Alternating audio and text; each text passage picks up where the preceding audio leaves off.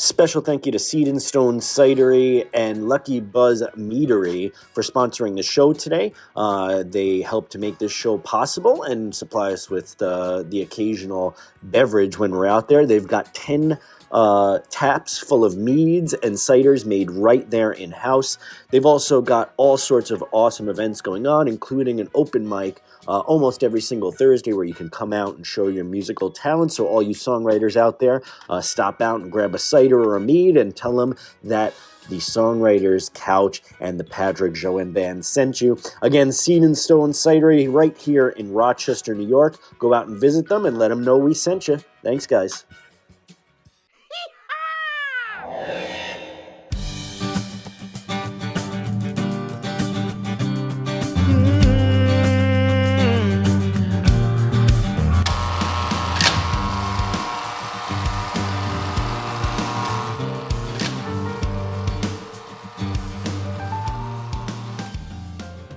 All right, welcome to episode number, what I think is number 35 of the Songwriters Couch.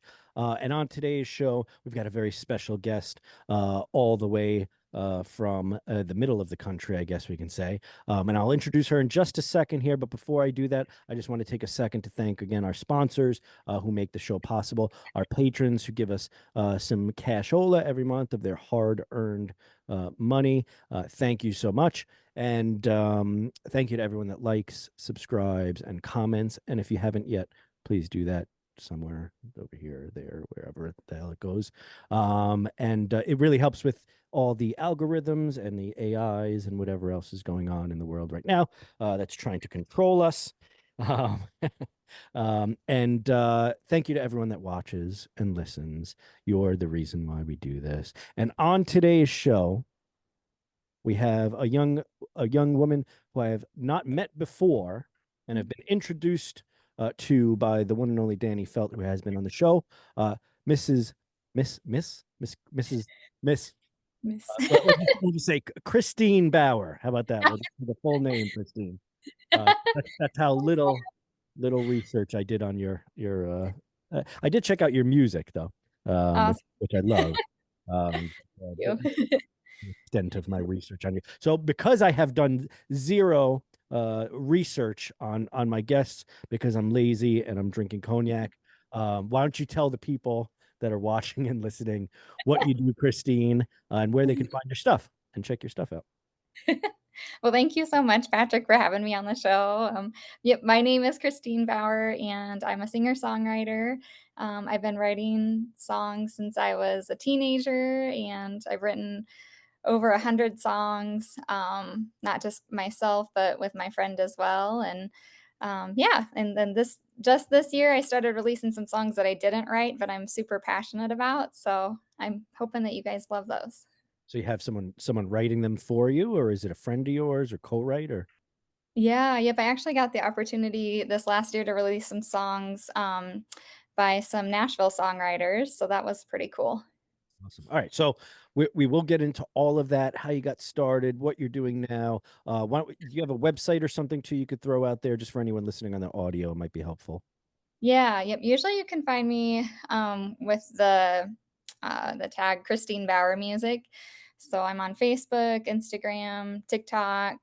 I do have a website that I desperately need to update, but yeah, I'm on all the social media sites. So I feel like people don't necessarily go to people's websites anymore. I think they usually go to like their social media, their Instagram or their Facebook or whatever. Even musicians, when I look them up, I typically go to their Facebook page before I go anywhere else. But and just for anyone listening, the spelling of Christine's last name, and it's Christine with a C, correct? CHRISTINE.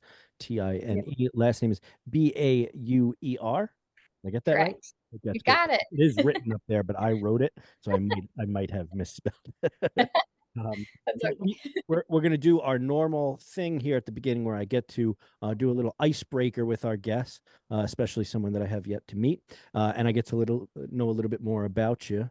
And then we'll just talk for another hour after that. So this is called Two Truths and a Lie, and we finally have our cool little animation or whatever the hell you want to call it and theme song, and we'll get started right now.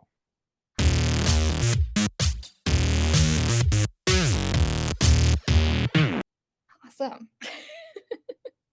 All right, and we're back from that awesome theme song.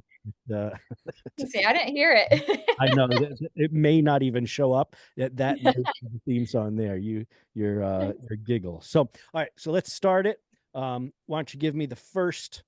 I always forget what or don't know what to call them. Is it a fact? It's not really a fact because it might be a lie. So tell me the Right. first thing. Okay. What's that? Does that work? All right, Yep. first thing that is either a truth or a lie. Okay. Let's see here. I have gone parasailing on the West Coast. Parasailing. I can't do that. I'm just terrified of heights. All right, on the West Coast, what state? That's all I'm giving. All right, fair enough. Fair enough. All right, let's do the second one. Second. Um, let's see. A well-known country singer's guitar player has played on one of my music tracks before.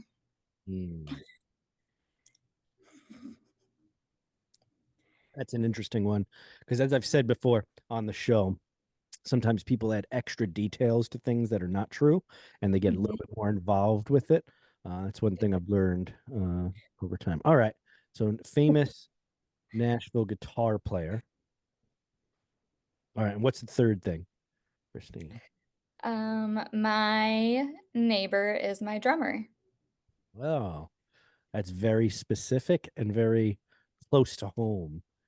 Both the literal and metaphor. That's not really a metaphoric thing. All right, let's see. So parasailing. It's a big one though. That's like a jumping out of the airplane kind of thing. Could you do that? Like if you were, would you jump out of an airplane with a parachute? Like what is that? Skydiving thing? It's kind of like it, Hmm. but you don't start in the air. Yeah, you don't just jump out of a plane. You're like kind of jumping off the side of a cliff, sort of. Or Kind of gauge what your thing is. Okay, so Nashville. See, and I know that you've been down to Nashville, so that could definitely be something that you're making up just because it's so based in fact. I'm gonna go with the drummer. Your drummer is your neighbor, and just because it's so kind of normal, like it very much could be something that is easily the case. I'll do my drum roll on my oh yeah. knee here. No pun intended. Christine, which one is the lie? Parasailing on the West Coast. Really? And why is that a lie though? Why have you dreamt about doing it? Or was it I have gone parasailing. It just wasn't on the West Coast. that is sneaky? That is so you base see, this is what I was saying. You're basing it in fact so that it seems like you're telling the truth. So you have been parasailing though. Yeah, and I honestly I can't remember if it was the Gulf Coast or the East Coast now. I was trying to remember. How do you actually take off? What did you do? You just ran like So a kite until you kind of took off, or did you off the side or something? you get in this boat and you're like harnessed into this like parachute thing and Oh, they go super fast and then when they hit I don't know if they hit the wind just right, but then they let you go and you go flying up in the air. And then, if your driver isn't careful, sometimes you get like dunked back into the ocean and then you kind of fly back up again. yeah. Well, I've seen those because I've been down to Aruba and they have those in Aruba where you could do it, but I never trust those things because it's always like, especially if you're on an island somewhere, you're like, are there even licenses for this sort of thing? Like, are they just? Right. I don't like those small amusement parks, those like little pop-up ones that they do for Yeah. fairs that they have like 13-year-olds running and managing. I'm like, how much care is that 13-year-old Yeah. kid taking? How many bolts are missing on Right, this? yeah. That thing Right? falling off the thing as you're as you're on the fence. Yep. So can I ask you who is the Nashville guitar player. Yes. So I was actually so shocked when this happened. I was hanging out at Saxman Studios. Grady Saxman has been producing my music for the last year, and this guy was talking to me, and he was the guitar player that day. He was a session player at the studio, and I asked him. He said that he was getting ready to go on tour, and I asked. I said, "Oh, who do you play for?" And he said, "He goes, oh, Kenny Chesney." Oh, shit. I was like, "Oh my gosh."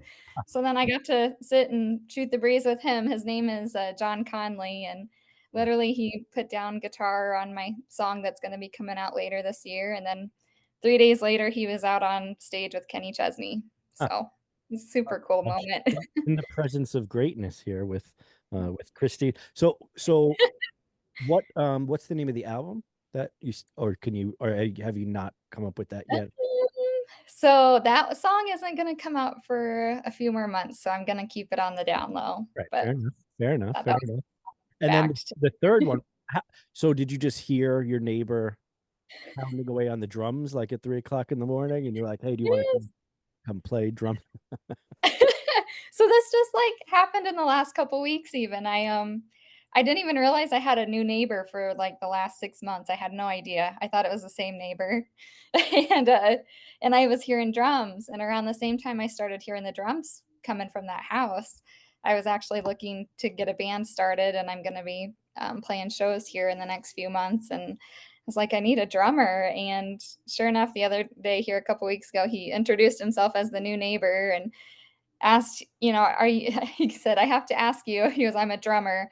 Can you hear my drums next door? I'm hope I'm not bothering you." And I said, "Yes, I can hear them." I said, "But I've been worried. Can you hear me singing in my living room?" So Mhm. we've both been practicing our music next door to each other and Yeah. afraid that we're bothering the neighborhood, and here it kind of fell into place. So So growing up in New York City, I always lived in apartments in New York City, and you always yeah. inevitably you have some other musician living in the building, and occasionally you get someone like either living above you or right below you or whatever, you can hear them too. And a lot of Yep. times when that would happen, when I'd be living next to another musician, like a drummer or something, I would play with them even though they didn't know I was playing, you know what I mean? Just do some improv. Nice. Oh, That's awesome. That would be so cool. that's amazing. So he's going to actually now be a part of your band. Is it a full tour you're doing? And I know that sometimes if it's especially if it's your first kind of run of shows, sometimes artists are afraid to say, yeah, it's a tour. But as long as it's outside of your city or wherever, and you're making a few stops outside of your hometown, I think that can be considered a tour.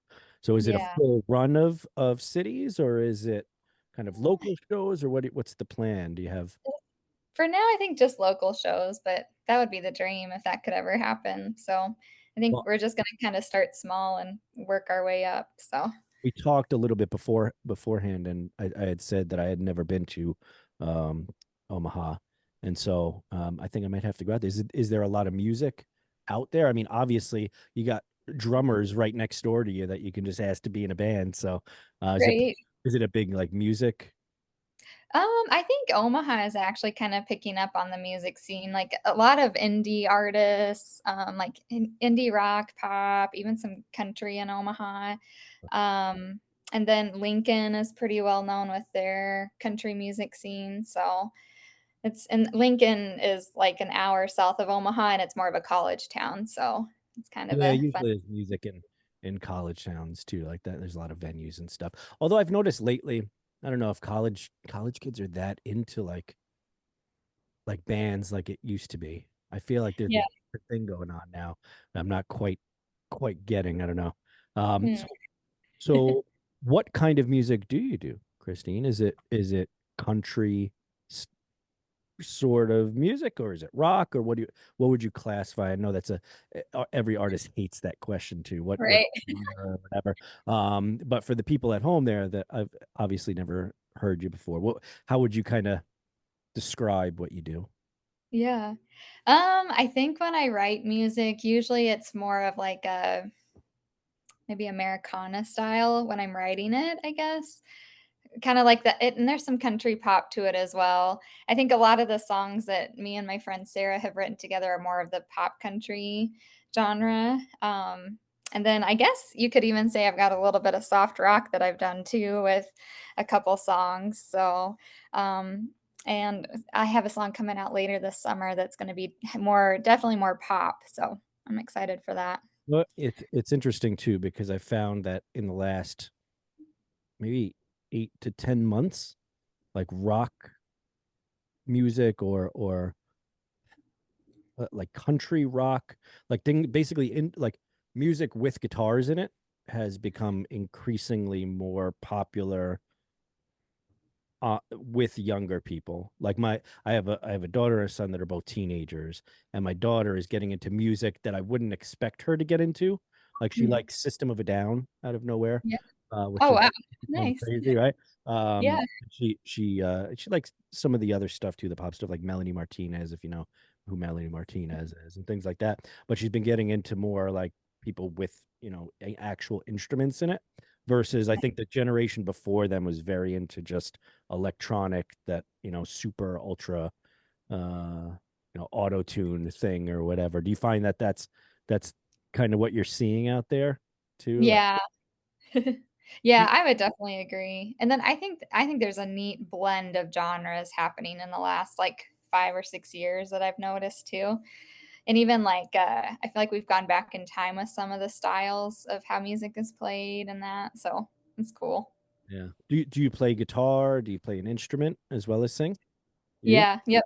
I play guitar and a little bit of piano, but never, like, formally taught, so do you play piano live in your shows, or is it like you just no. fuck around at home? And Yeah, that's yeah, that's also my level of piano playing as well. So yeah. that's I all. even at one point had, like, the sticky notes on the keys to remember You know where which to ones they are. Yeah, play. Yeah, it's so funny too because if you learn on piano, I found people are people that learn first on the piano pick up like music theory much easier versus mhm, people that pick up like an instrument like a guitar or something because of the way the strings are laid out. It makes no sense almost on the guitar, right? Music right. theory because it's all written for piano stuff where it's basically A B C D E F G.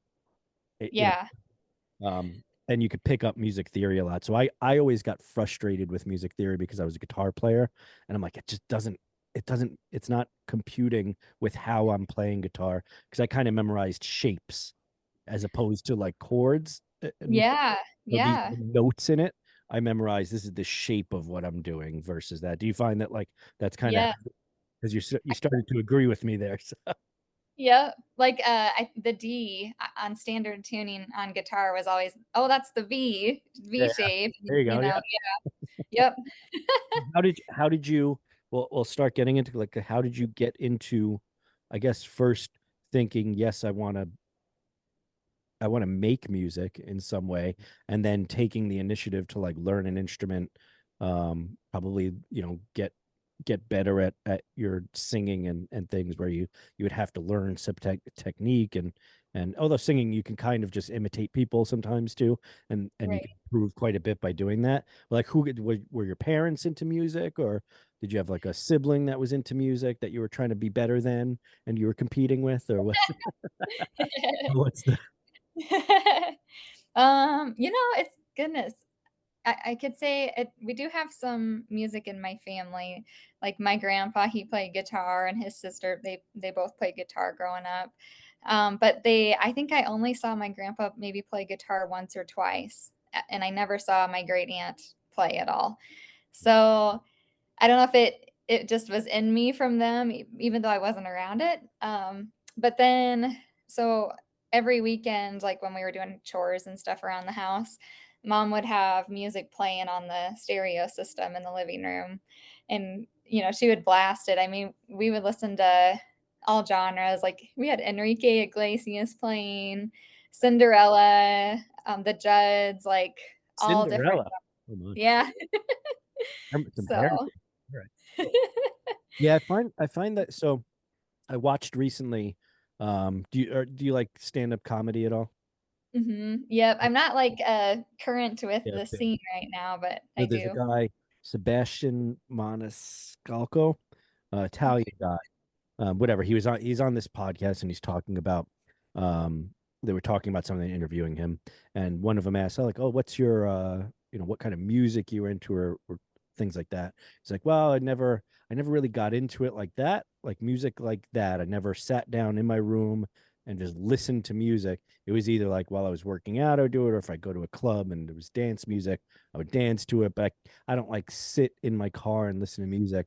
And it's so beyond my comprehension of how that could be possible to do, because my Yeah. entire life, everything I do, like you said, doing chores, like if I was cleaning my room as a kid, or I had to, I don't know, even taking a shower, I'd have a cassette deck in the bathroom so that I could listen to music. What, like every second of the day, just music was constantly there. And it sounds like that's kind of how your Yeah. growing up was, right? Oh, all the time. Even when I was studying, like I would be like writing out like notes or whatever to whatever I had to memorize for classes, and I had music playing Yeah. like all the time. And yeah, and then Hillary Duff, then we enter the the early 2000s. Yeah. Hillary Duff, she was a big influence, and Avril Lavigne, Paramore, like for as in terms of female vocalists, Casey Musgraves.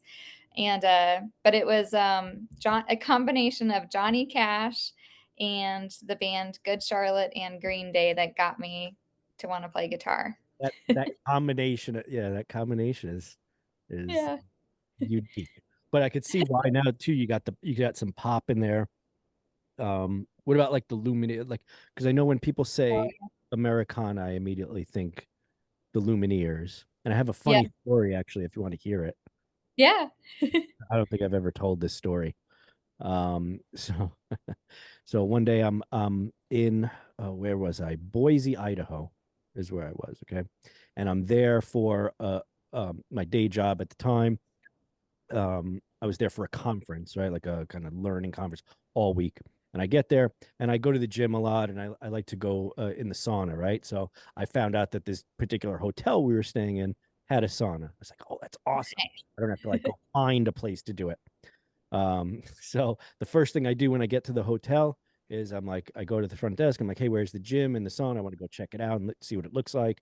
And they're like, okay, it's upstairs on the whatever third floor or something. So I get into the I get into the elevator, and there's a young woman there already in the elevator, or she was getting in or something. And I'm sitting there, or we're coming up, and I'm talkative. I'm always like to talk to people because I'm an idiot.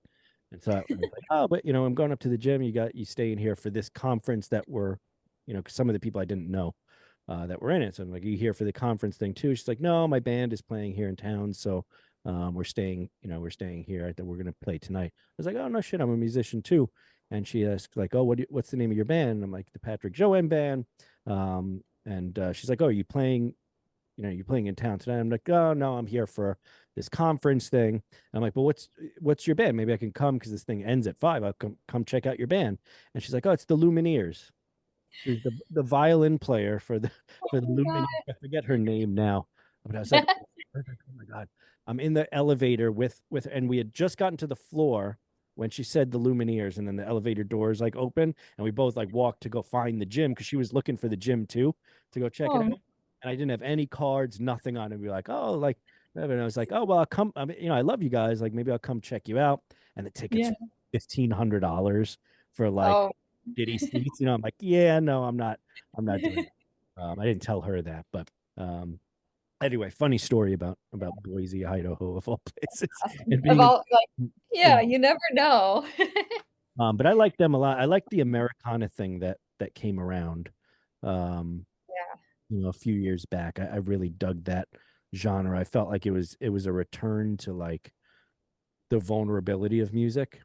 Mhm. Do you tend to write from personal experience, or is it something where you sit down to write for something? Or I'm guessing there's probably a combination, but for the most part, like of your 100 songs, I'm guessing the majority of them came about in a similar way, right?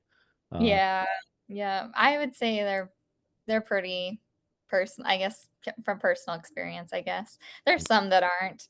And I guess a lot of the co-writes I've done, I would say might not be, but Otherwise, anything that I've written on my own, yeah. So what when you co-write, right? Because co-writing is an interesting thing, and they do that a lot in Nashville. And I'm going to be working on kind of a kind of like Ed Sheeran had done with his collaborations things. Like every other album, I think, is what he does. He does like collaborations with other artists. So Nice. I've written a bunch of songs with people, but haven't put it together. So I'm like, oh, I should probably put these onto an album and do that sort of thing, right? But when you Yeah. co-write, explain to me how that process works for you. Like when you Yeah. so you find someone and you say, I want to write with them. How does typically that then end up actually coming to be a song in the Yeah. Oh, man. So it's been pretty consistent for the most part up until this last year. Cause so this last year, our good friend Danny Felt, she, connected me with a couple songwriters in Nashville that I was able to write with in person while I was out there. But otherwise, oh gosh, I think it was 2015 or 2016. I was a member of the Nashville, Songwriters Association, and back then you could like pitch your songs and have like an A&R person listen to your songs, and sometimes they might take it, and then you never know. You knew there was opportunities that could happen, or it just got, put on a shelf. But so there was one day I was listening in, and they played another gal's song, and I loved it, and I thought, oh my gosh, I love that song. And so I found her on Facebook, and I messaged her, and so we started talking, and I was planning my first trip out to Nashville. And ultimately what happened is I met up with her out in Nashville. We got lunch. I think we got barbecue, if I remember right. And then we didn't write together until we did like a Skype call, kind of like what we're doing, like a Zoom call. And all of our songs, I think there's maybe only 3 songs we've written in person. All the other songs have been over some form of like as a virtual co-write. So, and then how yeah, we like how is that happening? So normally every co-write kind of that I've done, I don't think I've ever done a completely remote co-write. I've always had to sit because I feel like I don't know how I don't know how I would do that because a lot of times when I co-write, what I'm doing is I usually start on my guitar. I'm playing something.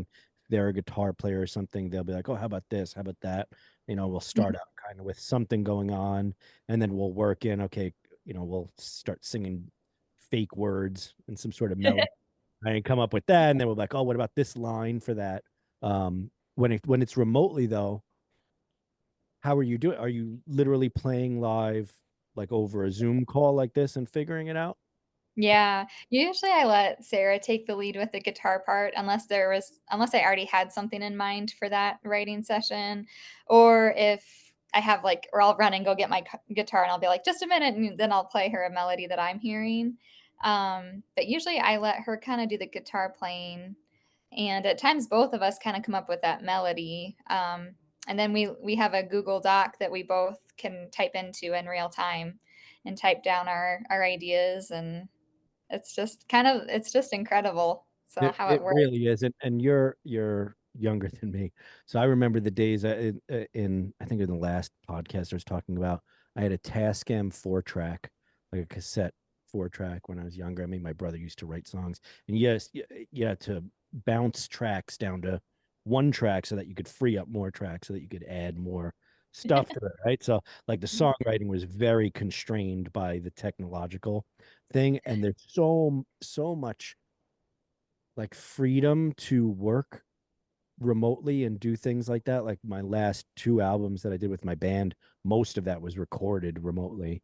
Like, but we had written the songs in person with each Yeah. other, and then then recorded them remotely because we already knew the parts. But I'm new to the remote co-writing, and maybe I will take you up and say let's co-write something because you have the experience of doing that. But you said something interesting that kind of made me think. You said you didn't um you'll go and grab your guitar when you hear, like you said it so natural, like you when you hear a melody, What do you mean Mhm. by you hear a melody? So Um, a song is not written yet. It's not an actual song yet. No one is mhm. playing that melody. Yeah, You, yep. you hear a melody. What do you mean by that? Um, that's kind of how a lot of my songwriting happens, even is just, it's like, it just comes to you. Yeah. There's been songs I've written before where I had to really try to find the melody, like play around on guitar and that. But anymore these days, it's just kind of, it just kind of hits and then you jump on it when it's there. And so do you feel that it comes more quickly now that you've written over 100 songs? Like, do you feel like the more you've written, the better you've gotten at hearing that? I think so. Yeah. Yep. I feel like I haven't been writing as much as I used to, but I do feel like now when I do write, it is I finish that song a little bit more quickly and I feel a little bit better about my writing these days. So, So in there was something that came out recently where Billy Joel was talking about his songwriting process and that he hates it. He hates writing songs. Like he loves obviously performing and stuff, but the gotcha. writing of songs, he's like it's torture for me to do Huh, it. Every part of it is just like he struggles through it. Which is gotcha. interesting to me. And I've been thinking about this since I've seen this. I don't know, it's been 2 months or 3 months, and I think about it a lot. Him Yeah. saying that because when I think about songwriting, I don't tend to think about it in that way. Like it's sometimes it's a struggle. Sometimes like you write something and it's like, no, that doesn't really, you can kind of throw away songs sometimes too, Yeah. Yep. which I think we kind of discussed earlier before we started the recording. But I think about that and the way he writes songs is very much typically they're stories or story like. And Yeah. so, like writing a book is tedious. Have you ever I don't know if you ever written like a very long story, but it's like a lot of editing and a lot of like meticulous sitting down and editing stuff and moving stuff around, that's what I tend to imagine him like how he writes music. Um, Yeah. the writer of a novel or something, which makes his music probably more interesting. But I Yeah. feel like my stuff comes out almost automatically. Like you said, I hear it. Like the song already exists somehow, somewhere. Hmm. Are you a Yeah. religious person or no? Do you believe? Um, very spiritual. Okay. Yep. Very Um, spiritual. so I tend to equate it to like the more songs you write, the more in tune you kind of get to what's there already. Like you Hmm. so you're not necessarily getting better at songwriting, you're just getting better at listening to what's there. Yep. Okay. Yep. You know what I'm saying? Do you Yes. feel that way, or am I talking a bunch of bullshit? Nope. I totally got you there. Yeah. I mean, if you want to get into super spiritual there, I even kind of go down that maybe a little bit of a clairaudient path, but that's a conversation for a different day. But What do you mean by that? So um, you I'm know, that if you're okay with talking about it, I'm okay with talking about it. yeah.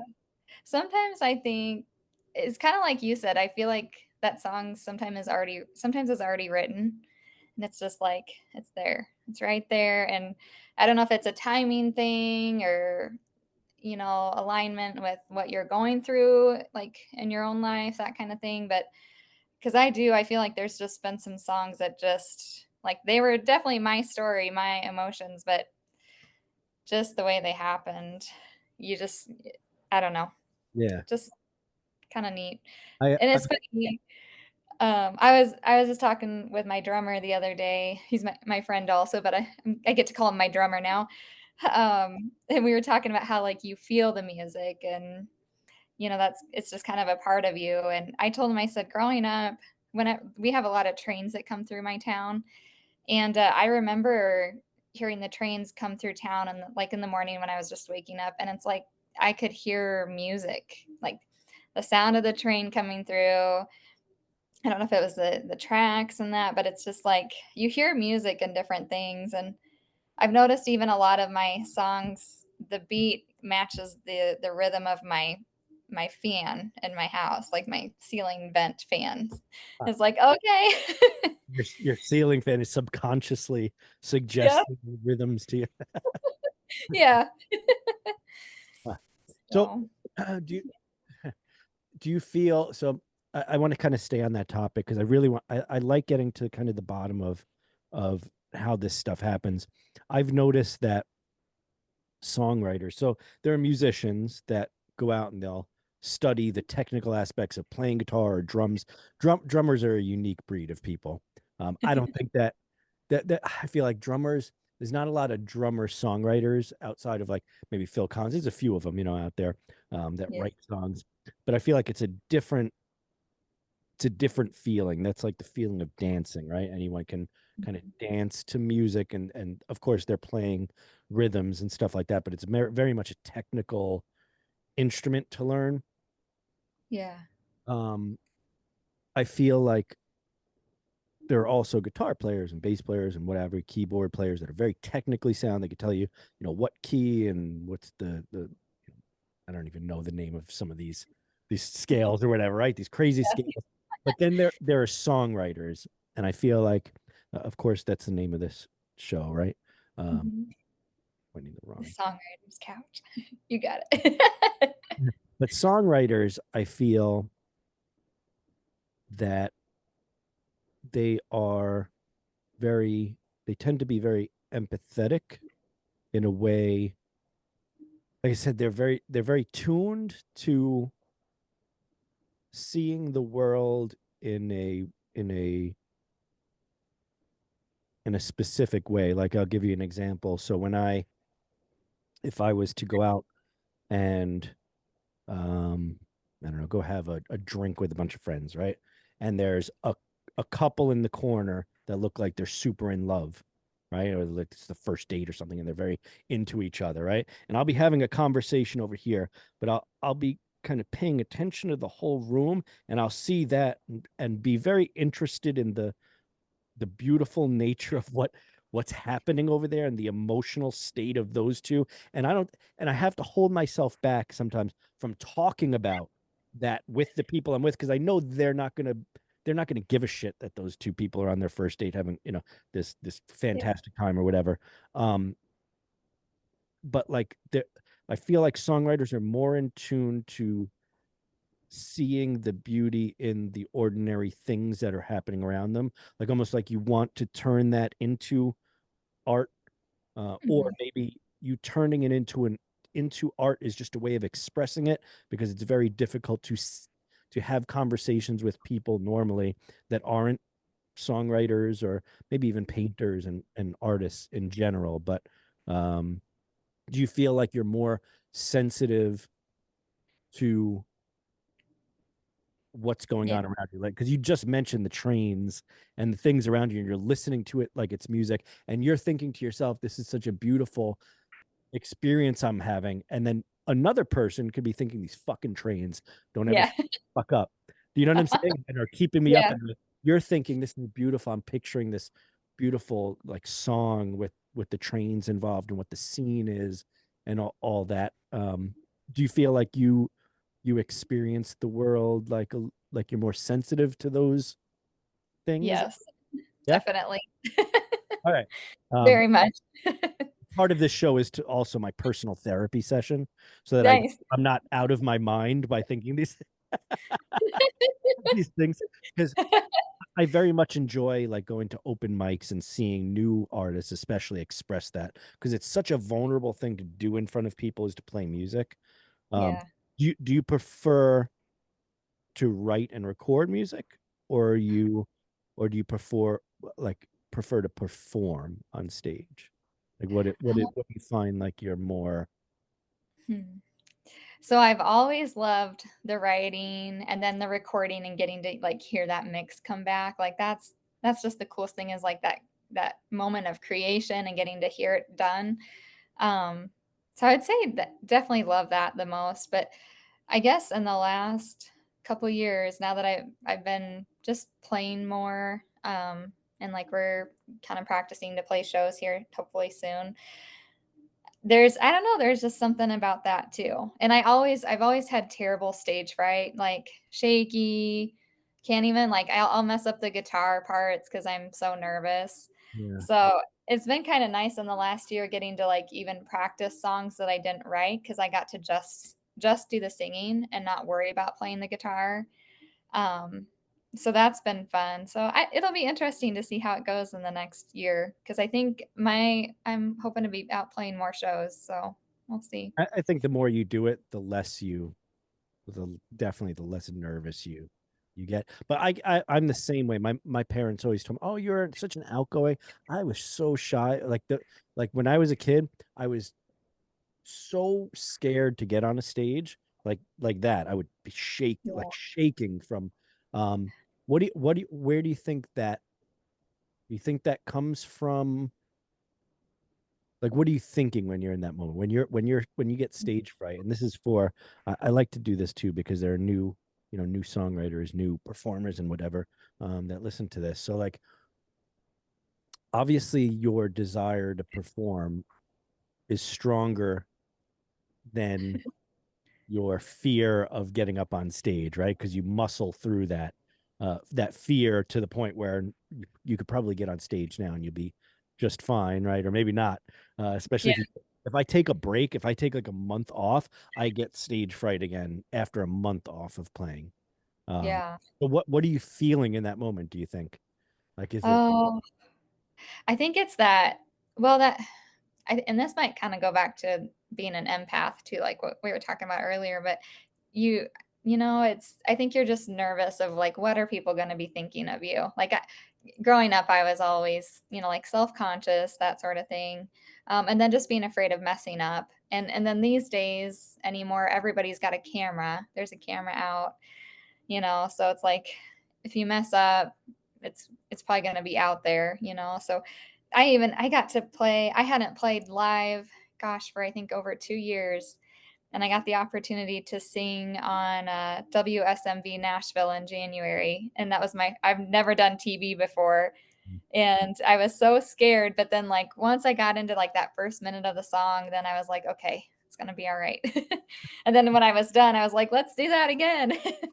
Yeah, that kind of thing, like being on video, is almost easier than being in front of a crowd sometimes too, because you got like the Yeah. camera person, but they're behind the camera, and you can't Yeah. really see their eyes. I think for at least for in my point of view, my stage fright comes from this is such a weird thing to think about. So my stage fright comes from me thinking about being someone sitting in the seat, being uncomfortable for me on stage because I'm fucking up.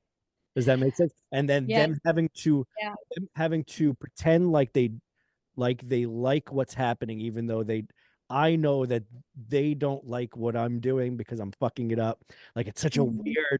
it's such a weird thing to be thinking on stage. But that's where I think my stage fright comes from, is from the feeling of like they're uncomfortable because they feel obligated to react in a certain way to me. I would almost prefer someone tells me you suck and was pointing at me directly and Yeah. laughing at me and telling me, because then I could at least be rebellious against it, like, no, fuck you, I'm gonna do it anyway. Versus them trying to be nice about it. And I think that's where like it gets super uncomfortable. And then I start this like I keep thinking about that over and it goes around in my head.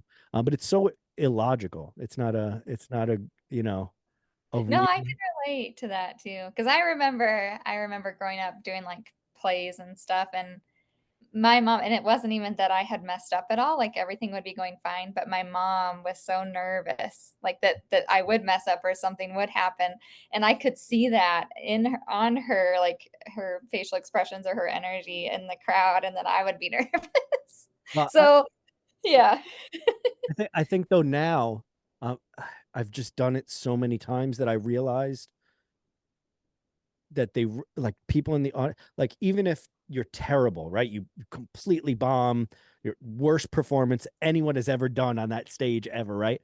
Yeah. And the person that's sitting there that is listening to you or whatever, it's like as soon as they leave there, or maybe as soon as the next performer comes on, or the song comes on the radio or something, they've already forgotten about you did, and then you're sitting ruining about it for weeks Yeah. and weeks about that, Yep. that performance. It's so stupid to do that, because you could just get up there and literally you could put on clown makeup and I don't know, juggle or something, and it would be the same result as you putting in that. So I feel like I've gotten way more comfortable on stage.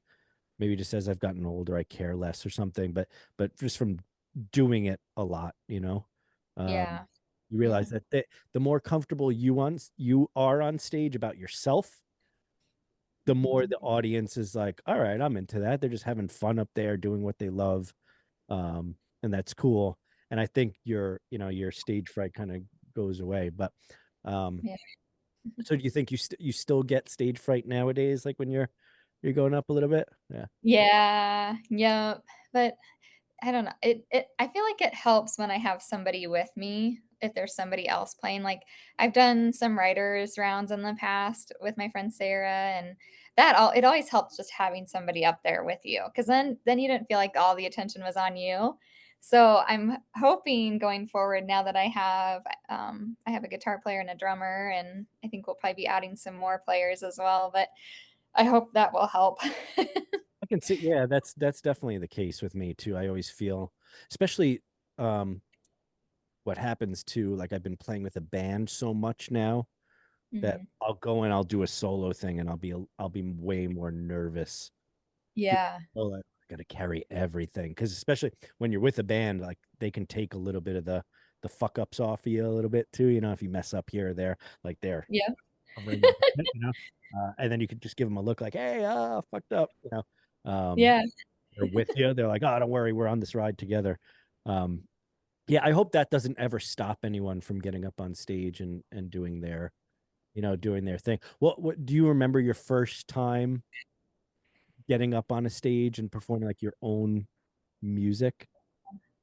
Yeah, that was my I it was the first song I had written, and I can't remember if it was within the year or 1 year later of writing that song that I played at the high school talent show, and nobody even knew that I played. Like, I was very quiet about it and that, That's such a and I that's such a big thing, a high school talent show. yeah, Because you're in high. What year was that? Were you junior year or?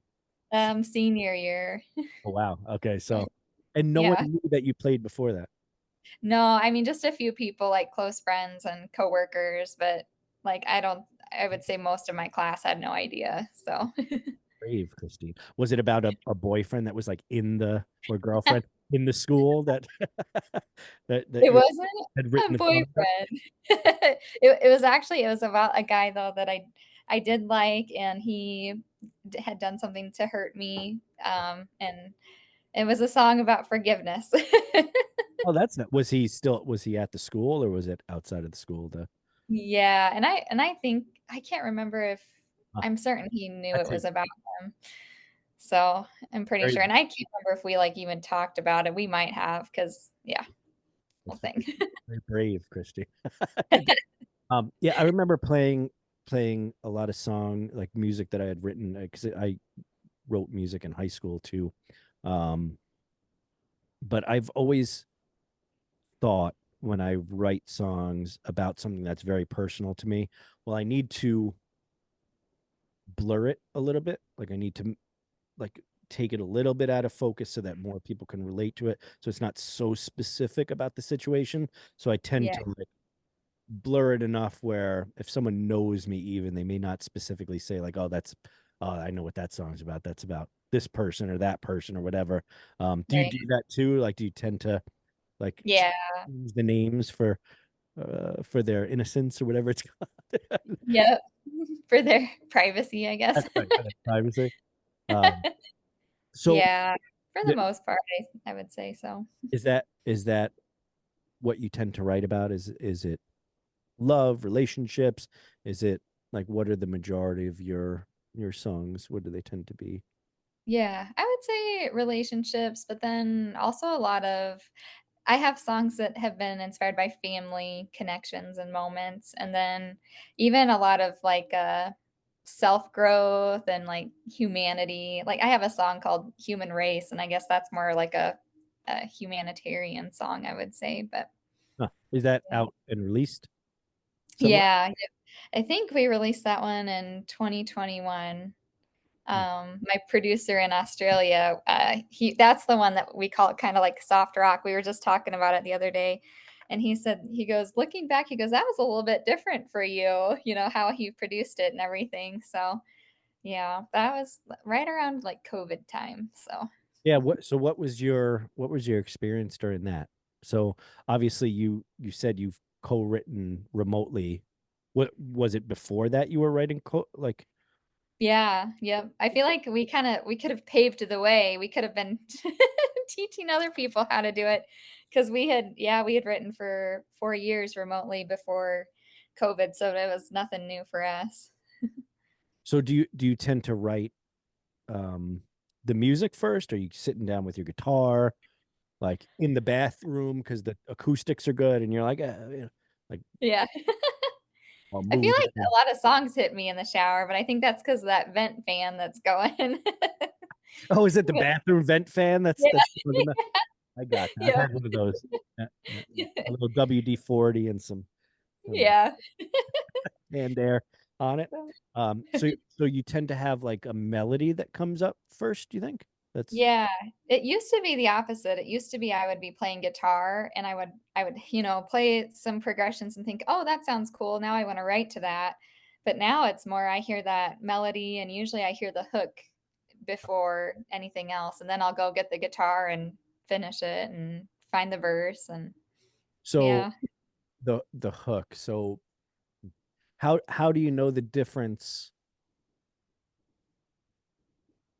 How do you know the difference between a hook and just a line in a song? Like how do you I know you've probably never even thought about it, right? Yeah.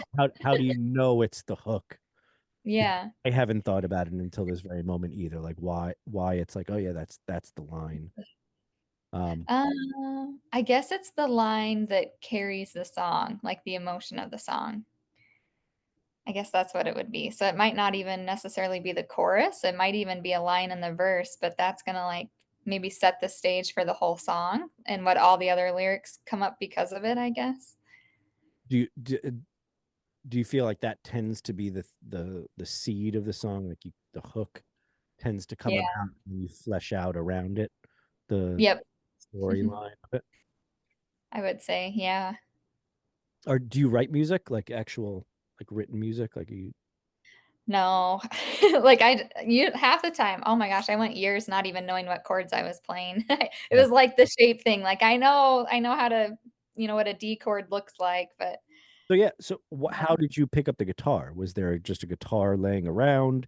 Did you ask for a um guitar? What? no, I secretly went and bought one. I had my first job when I was like 16 because I was driving. So I was able to work, saved up money, went and bought a guitar, didn't tell anybody I was going to. And and then I tried to take lessons and it was so boring. Like we were learning like one note a week and I was like, I don't want to do this. So I just went home and I played along to some songs and tried to find chords and then I just kind of started messing around with it. I think I had like a chord book too that I could look at to learn chords, but just went from there. What was one of the first songs you tried to learn how to play? Because that's a Um, bold thing to do, is to just go out and buy a guitar. No musicians in your immediate household and be like, I'm gonna buy a guitar and then start playing. So what was yeah, was it like you said you were 17. Taylor it, Swift you around. know, yeah, she was like, I think maybe a year later she started her first song came out. Like I think Love Story came out a year later, if I remember By right. the way, I just learned to play Love because we're going to be playing that song with the band. Nice. We're, we're going to do like this tribute Taylor Swift slash Ed Sheeran tribute show thing. Ooh, that'll be But fun. learn it. Never heard it before. That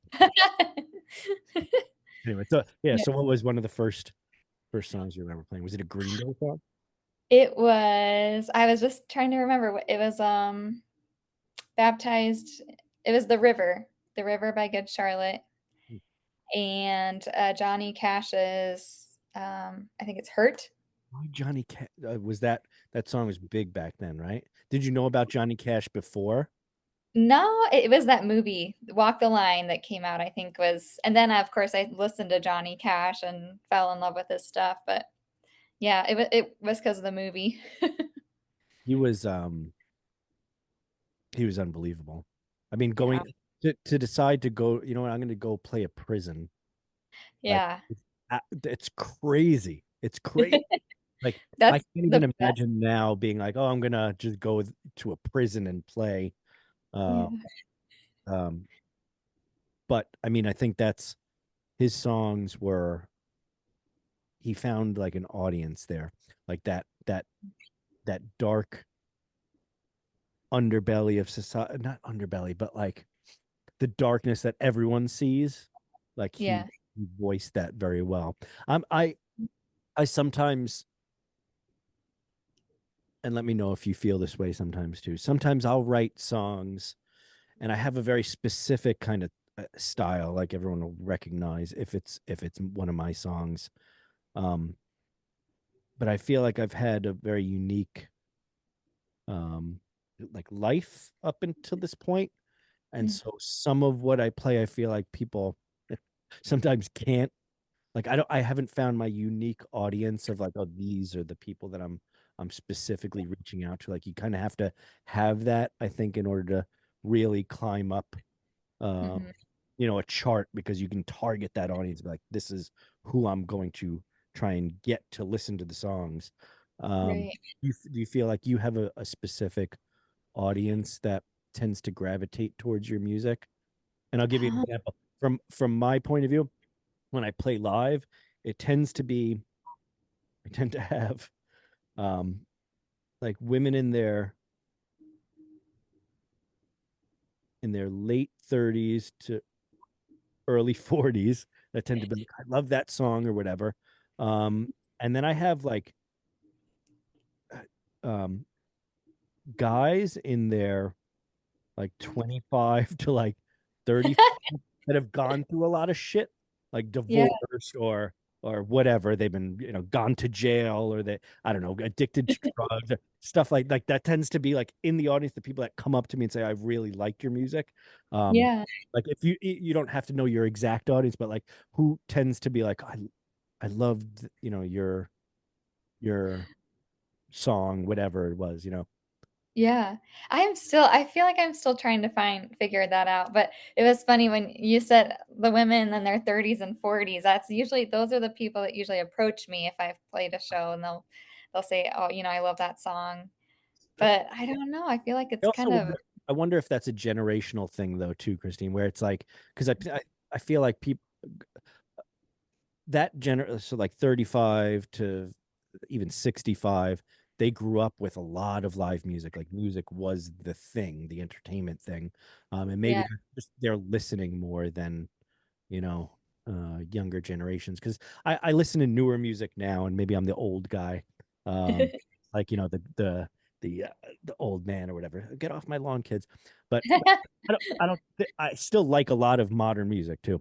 Don't get me wrong, but I find a lot of the newer music to be more about the like earworm Mm, thing than substance necessarily to the song.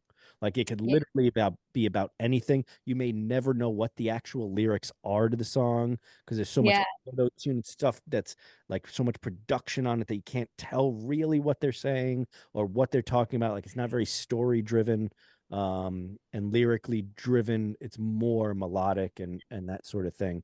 Um, Yeah. but I feel like there's a difference in, and I don't know where that split tended to happen, but I feel like that age Yeah. group, like listening to the songs that you're writing and I'm writing or whatever, and they come up and they're like, oh, I really like that song because they're listening to it in a certain way. Um, Yeah. I was wondering that too. As we were talking, I was wondering if that's kind of goes with the generation and how we listen to music, I would say. Yeah. because Billy Joel, um, a lot of those, even the '70s musicians.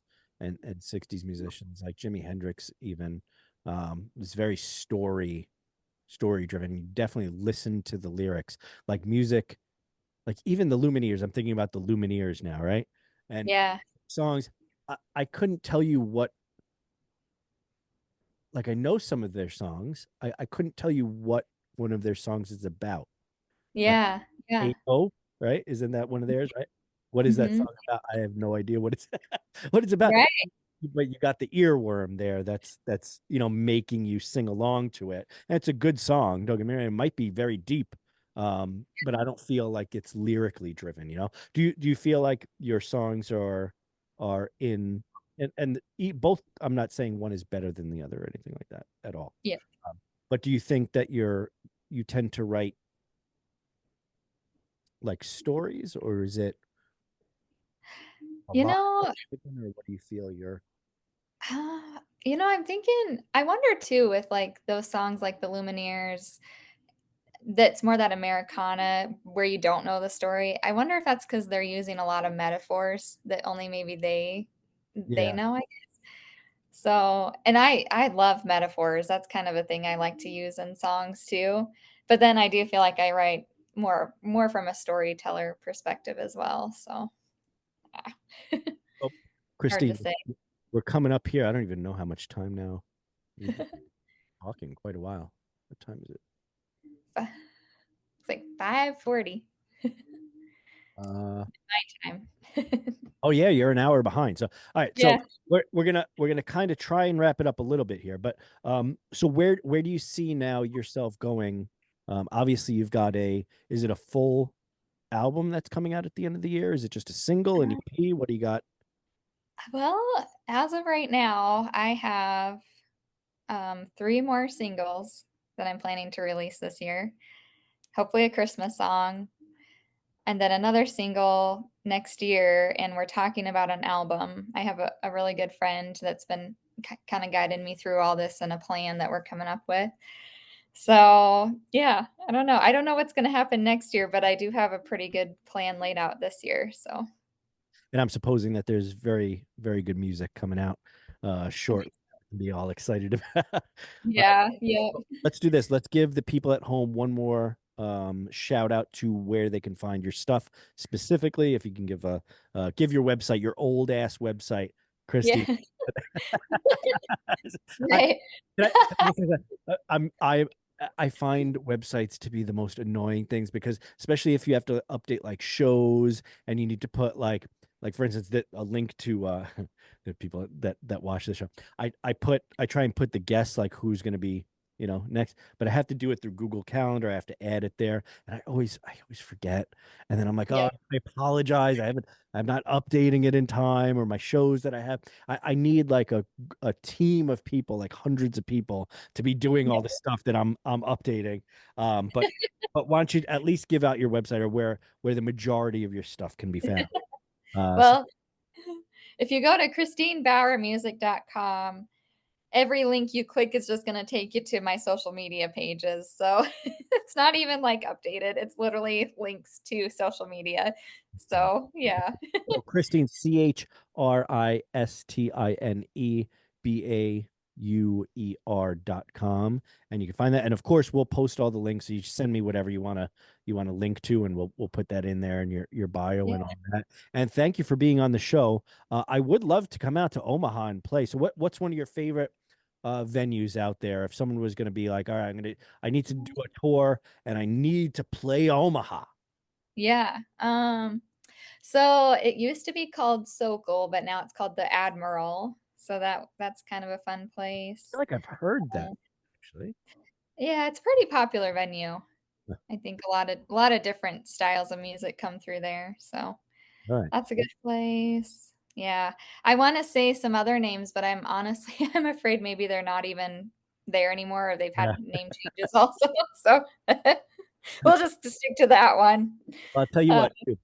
I would love to do maybe a show with you when your band is all set and you're booking shows. I do need to get down to Nashville again. I don't have any Nashville dates this year yet, so I do want to add some of those and maybe I will come out to Omaha and play out there too, and maybe I can open for you or something, or we can do a Yeah, show together. So that'd um, be I don't know how many people in Omaha are listening to my awesome. stuff. So, but please, everyone, go out and check out Christine's music. Go subscribe to her YouTube channel. I did that today.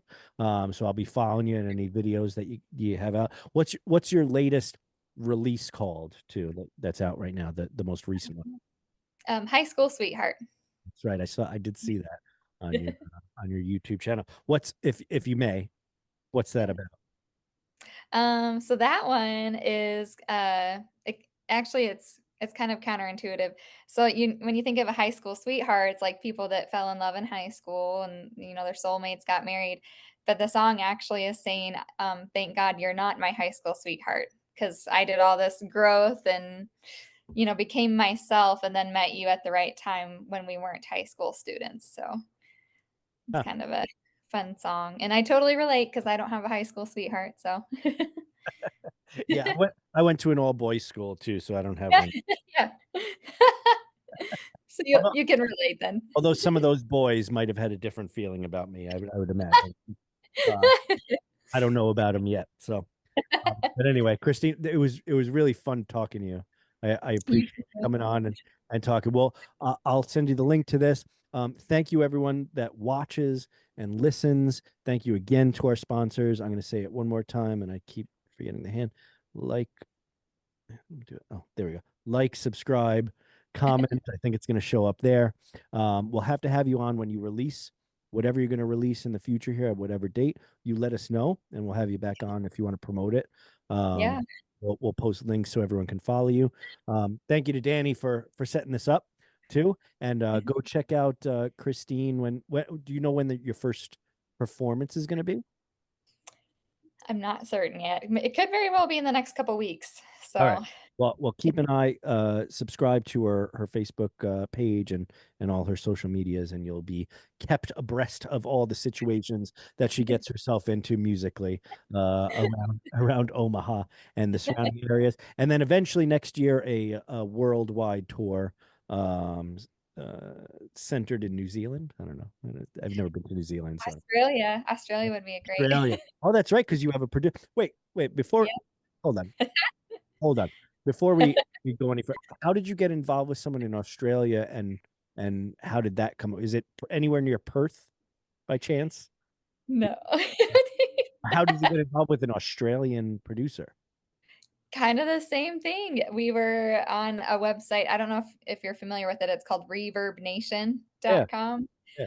I was on there, and back in 2012, a guy named Paul Ray followed me on Reverb Nation, and then like a month later emailed me a song. Like I had posted little work tapes online, like just me singing and playing guitar. And he emailed me, and he had produced a full mix for me and said, "You want to, if you're up for it, I'm up for this, and I want to produce your music for you." So we did that for, it's been 10, 11 years that we've done that. And he's actually going to be producing my Christmas song that'll come out this year too. So, So and and I'm gonna prolong because I own this show, right? Everyone's yeah, I'm gonna prolong it a little bit. Um, that's okay. so I want to ask you something that sometimes I don't necessarily think about from my perspective, right? When someone I grew up in Queens, so I'm very hesitant.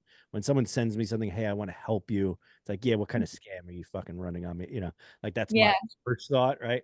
Yeah. But also I'm a guy, so meeting someone in person, while it is still it can be sketchy, is not Yeah. as sketchy as probably you as a girl going to meet up with someone to do music business with. And to be honest, a lot of people in the music business are fucking scumbags or use everyone that's in the music business, but you know what you're fucking doing. But do you know what I'm saying?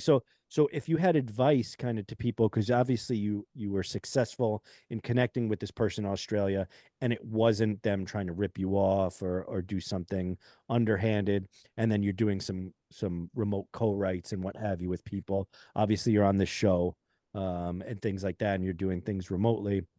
What piece of advice maybe would you give to young female artists that are like getting into the business and starting to do things so that they can be safe and know that someone's kind of legit. Like, are there, things that you've.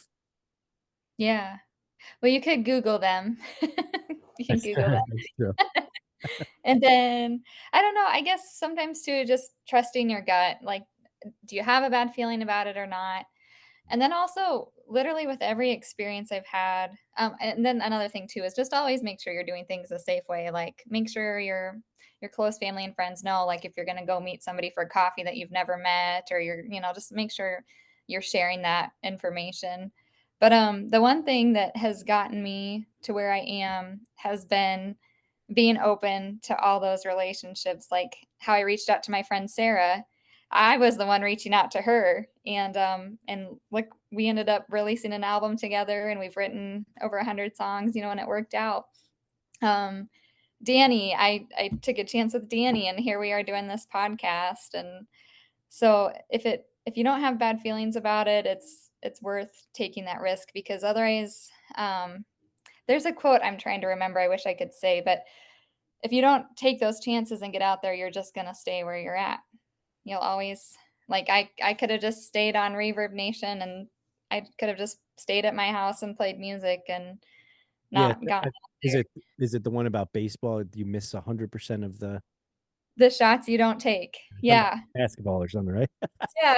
I'm not a sports guy, but I know what you're talking about. I got it. Yep.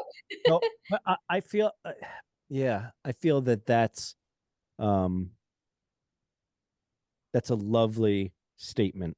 Because I feel that sometimes too, there's an a theme in kind of media and how cautious people are too, where they're scared that the world is all scary people and all bad people, and that's definitely not the case.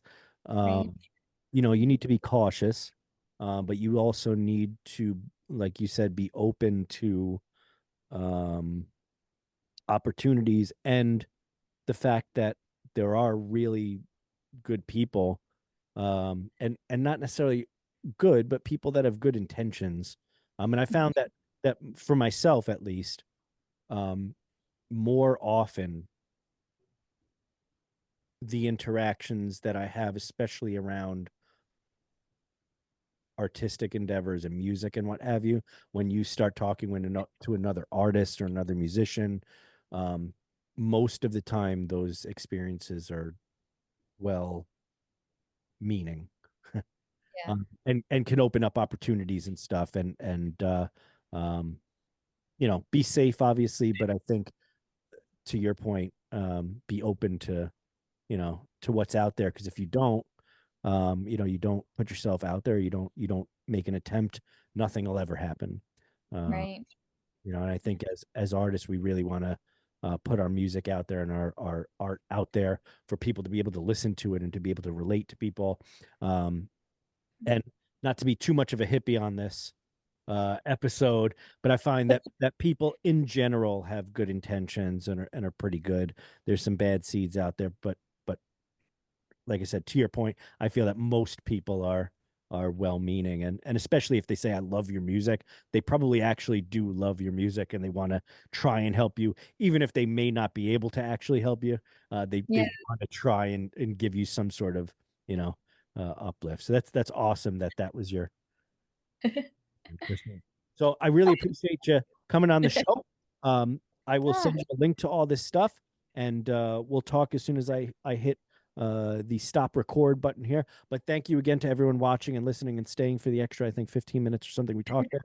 10 minutes or whatever it was. Thank you again to our sponsors. If you are a sponsor and you're looking, or you watch the show and you listen to the show, we're always looking for new sponsors to bring on. And of course, our patron page. We're not on Patreon, Christine. We're on the Bootleg Patron patron. platform that is very similar, however, to Okay. Patreon. That's why my microphone just came apart here, because we're on Patreon instead. But you can support the show for as little as $1, and we'll mention you in the credits on the show. But thank you, Christine, for being on the show, and we'll have you Thank on again if you'll entertain being on the show again when you go to release your stuff. So really, Yeah, that sounds great. all right. Thanks you everybody. And thank you, Christine.